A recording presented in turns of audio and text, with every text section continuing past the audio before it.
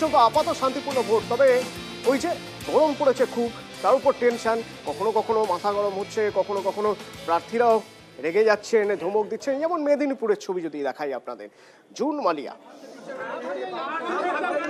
মেদিনীপুরের তৃণমূল প্রার্থী, বিজেপির এজেন্টের সঙ্গে বচসায় জড়িয়ে পড়লেন। কিন্তু কেন, কি হয়েছিল সেই সময় কথোপকথন যদি একটু শোনানো যায়। বুথের মধ্যেই তর্কাতর্কি হচ্ছিল।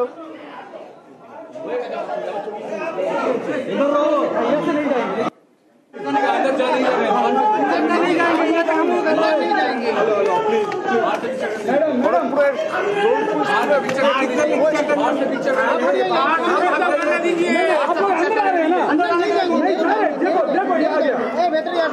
প্রতিনিধি হিরণ আমার সঙ্গে রয়েছেন। হিরণ, কি নিয়ে সমস্যা হচ্ছিল ওখানে?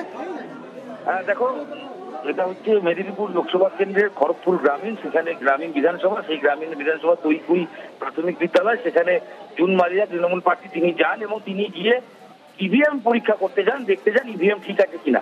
সেই মুহূর্তে বিজেপির যে এজেন্ট ছিল তিনি বাধা দিয়ে ওঠেন। তিনি বলেন ক্যান্ডিডেটের পক্ষে দেখার নিয়ম নেই।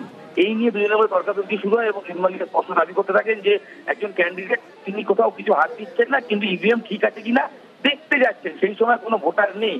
তিনি বলেন যে এর আগেও তিনি একবার একটা বুথে গেছিলেন এবং যেখানে গিয়ে তিনি দেখতে পান যে হাতের কালির দাগ লেগে রয়েছে 1 এবং 2 নম্বর বোতামে, অর্থাৎ বিরোধী দলের যে প্রার্থীদের। সেই নিয়ে অভিযোগ করেছিলেন, তিনি প্রিসাইডিং অফিসারকে বলেছিল কালি মুছিয়েছিলেন।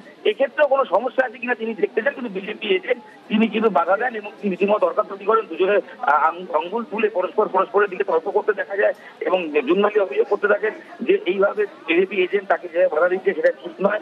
এবং তারপরেও কিন্তু রীতিমতো নির্বাচন কমিশনে অভিযোগ জানাবেন বলে জানিয়েছেন এবং বেশ তর্কাতর্কি হওয়ার পর তিনি বেরিয়ে আসেন এবং তিনি বলেন যে তর্ক করে লাভ নেই, তিনি যা যেটুকু জানা তিনি খোঁজ নিতেন ইভিএম ঠিক আছে কিনা। মূলত ইভিএম পরীক্ষা করতে যাচ্ছিলেন তৃণমূল প্রার্থী জুন মালিয়া, যে ইভিএম ঠিক আছে কিনা সেটাতেই বাধা দেন বিজেপি এজেন্ট, বুথে থাকা সেই এজেন্ট, এবং তারপরে দুজনের মধ্যে তীব্র বাদানুবাদ এবং তর্কাতর্কি হয়। সেটা আমরা দেখতে পাই। কি বলছেন শুনি। আমি অ্যাজ এ ক্যান্ডিডেট ইভিএম এর কাছে যেতে পারি দেখতে যে সাফিসিয়েন্ট লাইট আছে কিনা বা অন্য কোনো প্রবলেম হচ্ছে কিনা ইভিএম এ। ওখানে পোলিং এজেন্ট হঠাৎ আমার ওপর চড়াও হয়ে বলছে যে আপনি কেন যাবেন ওখানে। এবার ওর সঙ্গে আমি আর কি তর্ক করব, ওরা তো কিছুই জানে না। বিজেপির এজেন্ট আবার প্রিসাইডিং অফিসারকেও চমকাচ্ছে। মানে ভাবুন কোন দিকে আমাদের দেশটা যাচ্ছে।